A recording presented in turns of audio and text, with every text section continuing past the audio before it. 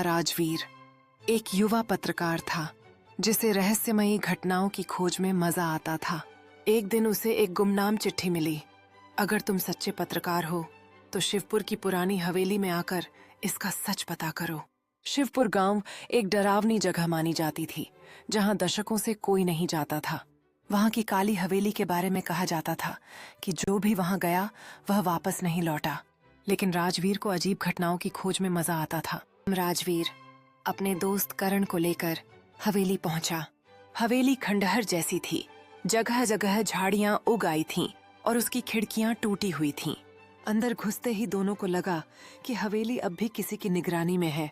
अचानक हवेली का मुख्य दरवाजा अपने आप बंद हो गया। कर्ण घबरा गया, लेकिन राजवीर ने उसे शांत किया। कोई पुरानी हवेली की हवा से भी दरवाजे बंद हो सकते हैं।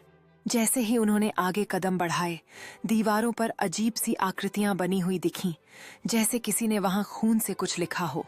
तभी अचानक एक जोरदार चीख गूंजी। वे धीरे धीरे हवेली के अंदर बढ़े। अंदर एक पुराना शीशा रखा था जिसमें कुछ अस्पष्ट परछाइयां दिख रही थीं। अचानक करण ने देखा कि उसका प्रतिबिंब हिल रहा था, जबकि वह खुद स्थिर खड़ा था।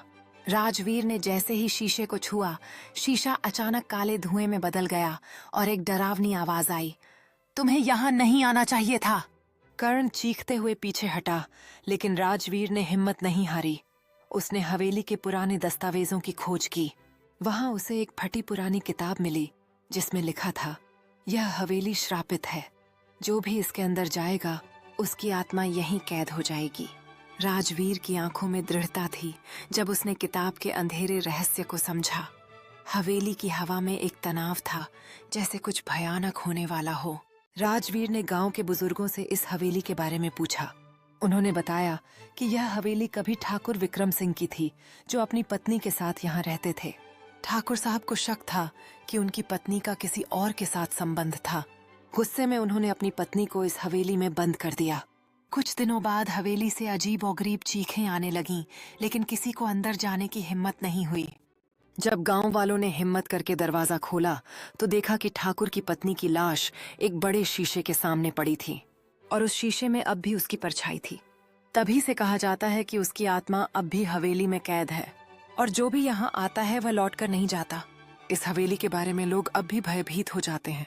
गांव के लोग अब भी हवेली के बारे में चर्चा करते हैं, इसे एक खौफनाक स्थान मानते हैं। राजवीर और कर्ण ने सोचा कि शायद यह सब अफवाहें हों, लेकिन जब वे रात को हवेली में वापस गए तो अजीब घटनाएं होने लगीं। अचानक हवेली की दीवारों पर खून से लिखा दिखा, मुझे यहाँ से बाहर निकालो। फिर शीशे में वही महिला की आत्मा दिखाई दी। उसने धीरे धीरे अपनी काली आंखें खोलीं और जोर से चिल्लाई, ठाकुर, तुमने मुझे धोखा दिया। अचानक हवेली की दीवारें कांपने लगीं। राजवीर और कर्ण ने जैसे तैसे बाहर भागने की कोशिश की, लेकिन दरवाजा फिर से बंद हो गया। राजवीर को समझ आया कि आत्मा अब भी बदला चाहती है। उसने शीशे की तरफ देखा और जोर से कहा, हम तुम्हारी मदद करना चाहते हैं। अचानक हवेली में शांति छा गई। आत्मा ने कहा, मेरी आत्मा को मुक्ति चाहिए। ठाकुर ने जिस तांत्रिक से मुझे श्रापित करवाया था, उसका मंत्र इस किताब में लिखा है, उसे जलाओ और मुझे मुक्त करो। राजवीर ने किताब को खोला और तांत्रिक के मंत्र को पढ़ने लगा, जबकि कर्ण ने हल्की सी आग जलाई। वे दोनों जानते थे कि यह कदम आत्मा की मुक्ति की दिशा में पहला कदम है। राजवीर और कर्ण ने किताब को पढ़ा और जैसे ही उसमें लिखे श्रापित मंत्र को जलाया, हवेली की दीवारें कांपने लगीं। एक जोरदार चीख के साथ हवेली का शीशा टूट गया और आत्मा वहां से गायब हो गई। अगली सुबह जब गांव वाले हवेली में आए तो देखा कि हवेली अचानक उजली और शांत लगने लगी थी। गांव के बुजुर्गों ने कहा, सालों से यह हवेली श्रापित थी, लेकिन अब यह मुक्त हो गई है। राजवीर ने एक आखिरी बार हवेली को देखा और मन ही मन सोचा, क्या सच में आत्मा मुक्त हो गई या यह सिर्फ एक नई कहानी की शुरुआत थी। हवेली से लौटने के बाद राजवीर और करण को लगा कि अब सब कुछ खत्म हो गया है, लेकिन कुछ दिनों बाद अजीब घटनाएं फिर से शुरू हो गईं। राजवीर को हर रात सपने में वही हवेली दिखने लगी। सपने में वह देखता कि कोई औरत उसे बुला रही है, लेकिन उसका चेहरा हमेशा धुंधला रहता।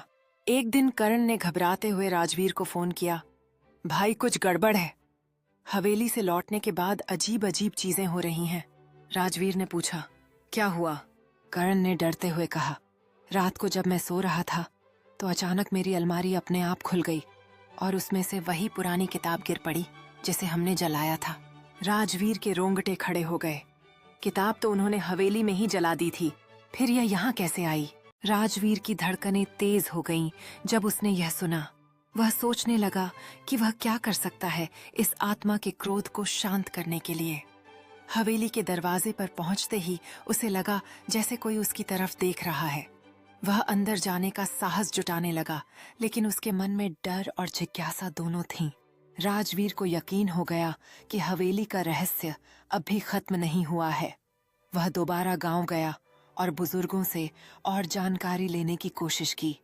एक बूढ़ी महिला जो हवेली के पास के इलाके में रहती थी ने कहा, बेटा, तुमने सिर्फ एक आत्मा को मुक्त किया, लेकिन हवेली का असली श्राप अब भी बाकी है। राजवीर ने चौंक कर पूछा, मतलब?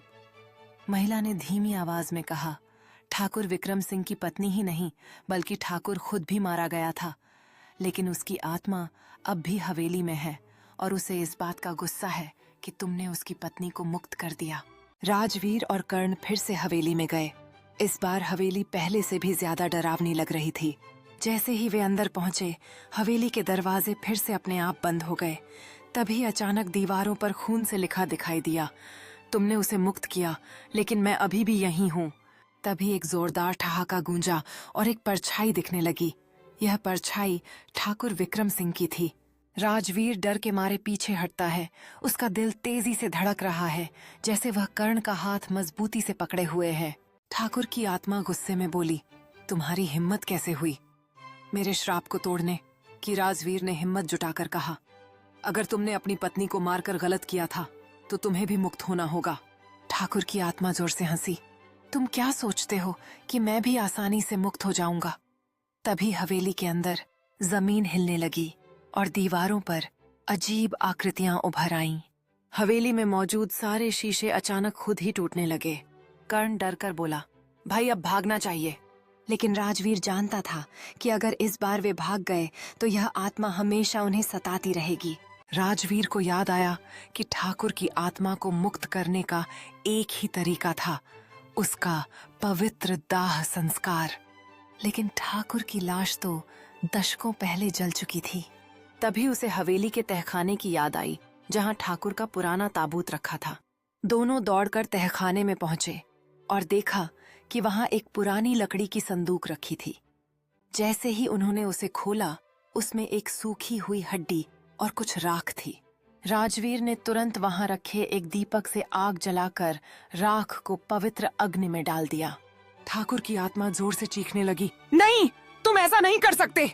लेकिन कुछ ही पलों में हवेली की दीवारें कांपने लगीं और ठाकुर की परछाई धीरे धीरे धुएं में बदल गई। जैसे ही ठाकुर की आत्मा गायब हुई, हवेली की दीवारों पर लिखा खून भी गायब हो गया और हवेली के दरवाजे अपने आप खुल गए।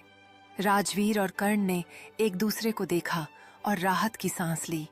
गांव वाले जब सुबह हवेली देखने आए तो पाया कि हवेली अब बिल्कुल शांत थी। बुजुर्ग महिला ने कहा, अब यह हवेली कभी किसी को डराएगी नहीं।